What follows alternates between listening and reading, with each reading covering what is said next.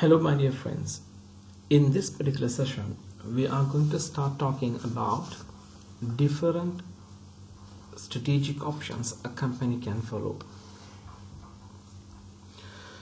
In the exam, this could be a particular area which helps you to develop different business strategies for the scenario given by the examiner. Throughout our sessions, we were trying to understand the strategic environment in which the organization operates through understanding the stakeholders' needs and power, company's internal environment using models such as SWOT analysis, Porter's 5 forces analysis, company's external environment using models such as pestle analysis, Porter's 5 forces analysis, etc. Once we have understood the strategic environment in which the organization operates, it is important to develop strategic options in order to carry on the business in future. Managers therefore responsible to come up with various strategic options that suits the internal capabilities and the external opportunities and threats. Remember, in the exam, chances are that things would be going very bad. Either the things that are already gone bad, or it's difficult for the company to carry on in the future due to the evolving factors or changes in the market. Therefore, organization has to come up with strategic options, and in your session the examiner has suggested few models, and one of them is Ansoff's growth matrix. Ansoff's growth matrix was developed by Ansoff, considering two different dimensions, which are product and market. The organization has to first decide should they carry on selling their existing products. Existing products may be many products, and few of them may be very much profitable and few of them may not be that profitable. Therefore, the organization should decide should they carry on selling them or should they discontinue them. Similarly, organization should also decide should they carry on selling to their existing markets. Sometimes an organization can work on or have presence on different markets internationally as well as locally. Some of them will be very attractive, very profitable, and some of them may not be much attractive. Therefore, the organization has to decide should they continue with those markets. Once they have decided to carry on sell their existing products, carry on selling to their existing markets, a matrix can be developed to identify various business growth opportunities. That is the grid which has been developed by Ansoff's growth matrix, where considering the products and markets, especially in two dimensions, existing products and new products, existing markets and new markets. When it comes to markets is we are looking at type of customers, and when it comes to the type of customers, we have the existing customers who are continuing to purchase our products repeatedly and also who has the similar taste. the customers who have similar taste may not have tried our products, but still they will be considered as existing or current customers, type of customers. Similarly, the organization can have new product, new market, which is the new taste and new areas the organization can exploit its opportunities. Looking at these two dimensions, along with the two dimensions of the products, the organization can come up with 4 different various business opportunities, such as market penetration, product development, market development, and diversification. Let's start with market penetration.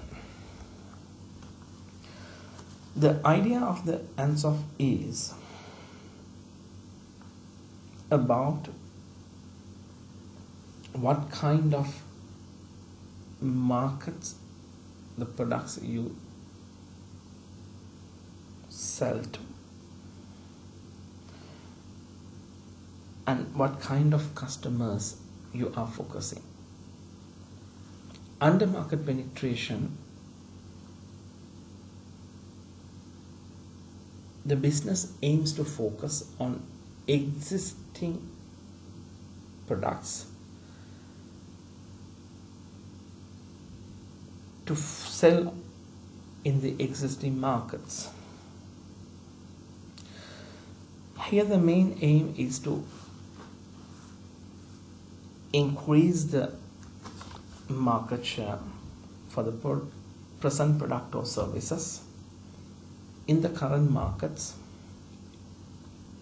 by undertaking various marketing efforts. Perhaps an organization can continue to reduce the prices or change the prices to attract customers. Perhaps the organization can heavily spend on the advertising. Perhaps organization can persuade more retail outlets to make products reachable to more customers. Perhaps getting more people to more often purchase our products. All these efforts would enable the organization to sell its existing products into existing market. However, in the exam, this may not get you very far,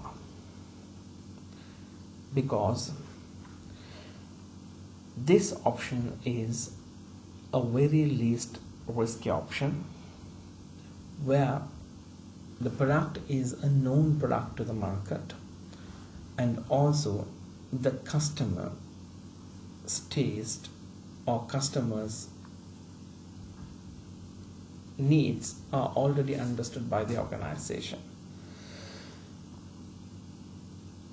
One important thing here is, once you know the existing product and the existing market in which you are operating,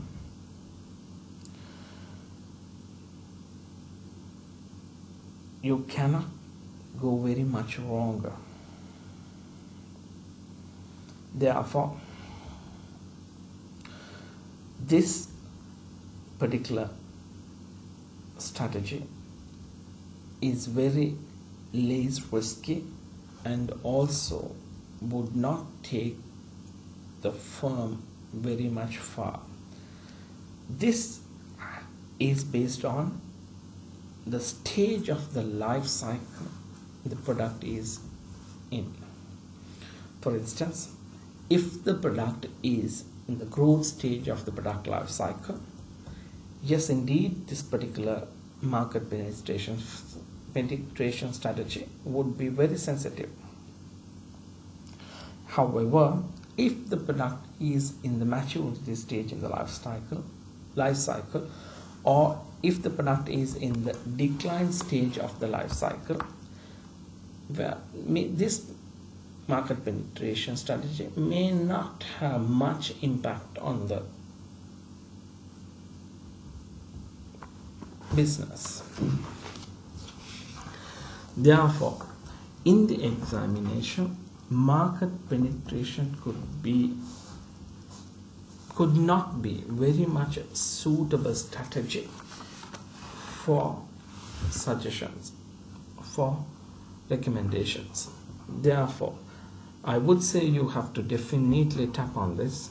Yeah, you should not spend much time on this. Let's move on to understand when this strategy is more suitable. For instance, when the overall market is experiencing growth, that is, market itself is growing very much, therefore the organization has opportunity to grow itself.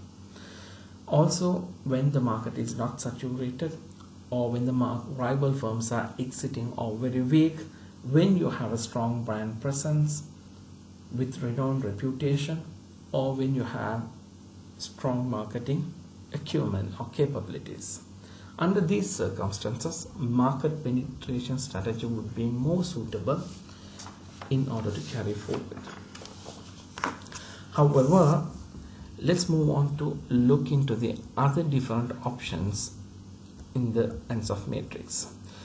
One of the other one is that market development, where business seeks to sell its existing products into new markets. That is where you try to enter the new segments. The segment of the market could be either new geographical segments or the new segments in terms of demographic factors such as age and sex. One good example which I can quote here to elaborate this market development would be that McDonald's altered its burgers in France by fish instead of beef, because they understood that they are working on a different market. They need to understand the demographic factors in that market in order to compete and suit the existing environment. Similarly, it is important to address the particular needs of those customers in those segments, especially understanding the cultural awareness. Linguistic skills are very important to address such needs. One of the good example is that when Walmart initially started operating in Japan, they failed in the market due to the fact that they were very cheap in terms of pricing. The cheap pricing created an image in the people's of the inferior quality. Therefore, the Japanese started rejecting the products which were sold by Walmart. When you go to the next strategy, there is a product development strategy which aims to introduce new products into the existing markets. This, of course, may require the development of new competencies, especially business to develop modified products which can attract more customers, or which can continue to retain the existing customers. Strategy is most favored by the organizations who has more capability to spend on research and development in order to introduce new different products with new different features. One of the good example is that McDonald's, they came up with Mac Spaghetti, Mac Pizza, Masala Grill for the Indian market, which is to suit their environment and also the local needs through different products. Similarly, Coke, when they decided to come up with various tastes and flavors to capture the entire market, different segment of the market. So they came up with flavors like vanilla, lime, cherry, and diet. These all are examples for product development. The last option is the diversification strategy. This is the very risky option where the organization enters into the new markets with new products. This diversification strategy is aimed to spread the risk throughout the different businesses, in order to use surplus cash and capacity. Therefore, the organization or the management has to take much care in order to understand which market or which new products they should not go ahead with. One good example here is Virgin, a multinational conglomerate which has expanded into a wide range of different activities, including airlines, trains, cosmetics, wedding wear, and so on. Diversification will work very well when general and competitive environment becomes unattractive, where the organization is now compelled to start new businesses in order to attract more return. Similarly, company has excess cash and powerful stakeholders who can invest and take more risks in exploring their business ideas. And also when the strategic intent of the organization covers more than one business. And especially when it comes to diversification, organizations should be able to use their existing brand name and the reputation to stretch their business and promotions in the other SBUs. Diversification can have two major forms. Either it could be a related diversification, or in other words concentric diversification, and the other one is unrelated diversification, or a conglomerate diversification we call it.